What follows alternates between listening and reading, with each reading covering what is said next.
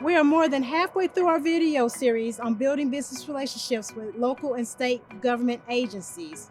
We've learned how to create a blueprint, lay the foundation of the business relationship, and gain an understanding of the framework for local business procurement. In this fourth video, we will explore the steps of building an infrastructure of your business relationships. After a home is framed, subcontractors begin to work on the infrastructure. This includes vital components, such as plumbing and electricity, where mistakes can be costly. Your next step in building a business relationship is just as vital and requires great care to avoid harmful mistakes. Let's discuss the process of responding to a government solicitation. The first step is to read the solicitation document carefully. We cannot stress this step enough. Whether the solicitation is a quote, invitation to bid, or request for proposal, you must read the solicitation carefully and respond exactly as instructed. If you have questions about the solicitation, you can submit them in writing to the buyer handling the procurement. Instructions for submitting questions are clearly outlined in the solicitation document. Submitted questions will be documented in the form of an addendum. An addendum is used to clarify questions or provide additional information, and it becomes part of the solicitation document. It will be posted to the agency's website for all interested businesses to review. Remember, it's better to ask questions than to miss out on an opportunity. The solicitation document will define required criteria, such as licenses and insurance. It will specify delivery methods. It will state whether price is the only deciding factor or if other criteria will be considered. The solicitation document will tell you how and when to submit your response.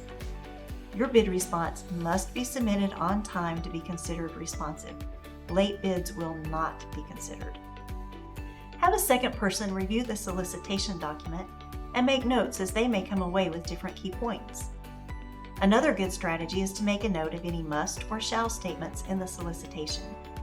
In the end, review your list and make sure you have addressed each must or shall requirement to ensure your submission is not rejected.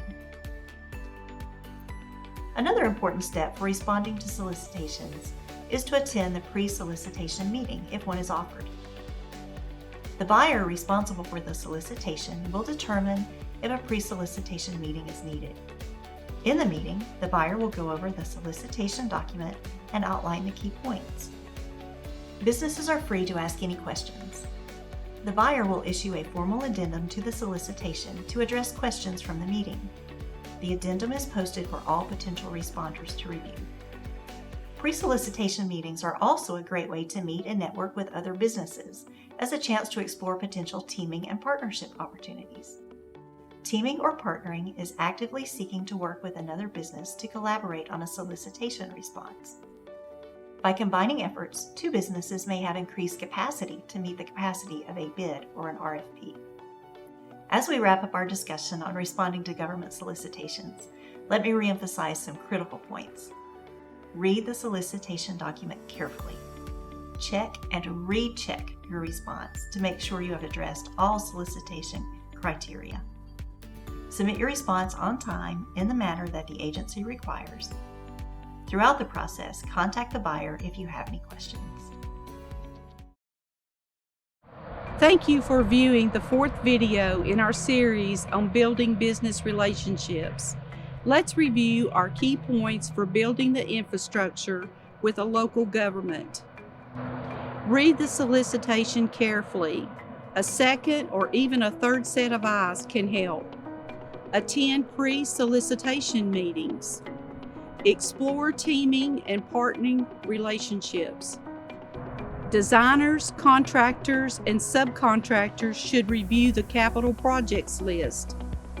Double-check your response and submit on time.